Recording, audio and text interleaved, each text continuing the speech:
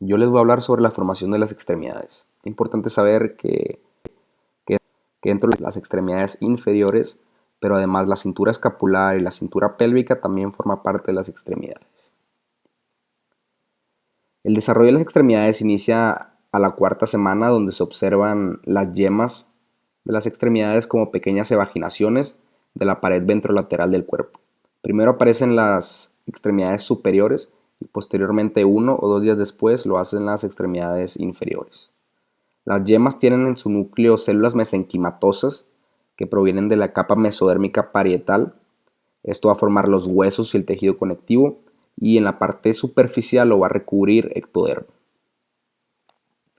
El ectodermo, la parte superficial, en el margen distal de la extremidad se va a engrosar formando la cresta ectodérmica apical, la cual va a ser una zona indiferenciada. Esto debido a que las células que están más alejadas de la cresta van a empezar a diferenciarse primero en cartílago y músculo.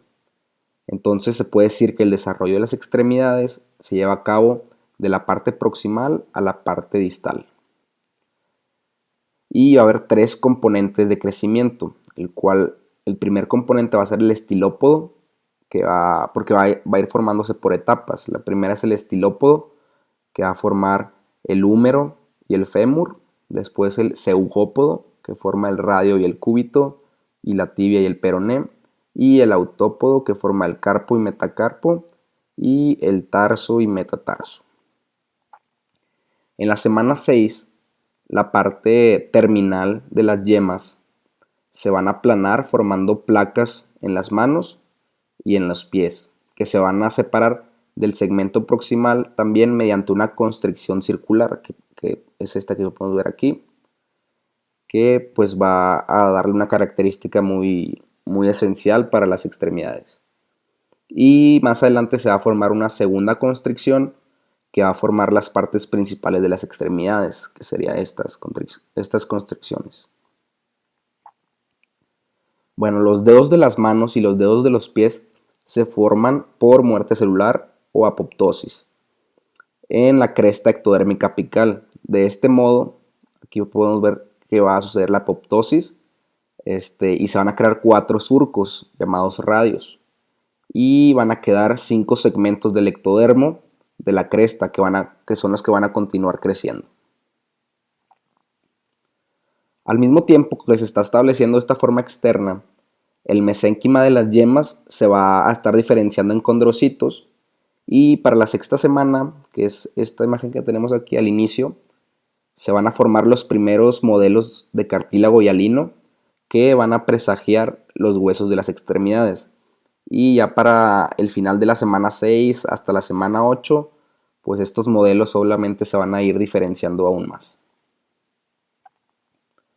Las articulaciones se forman por condensaciones cartilaginosas que van a aumentar el volumen en ciertas partes, y posteriormente va a cesar la condrogénesis.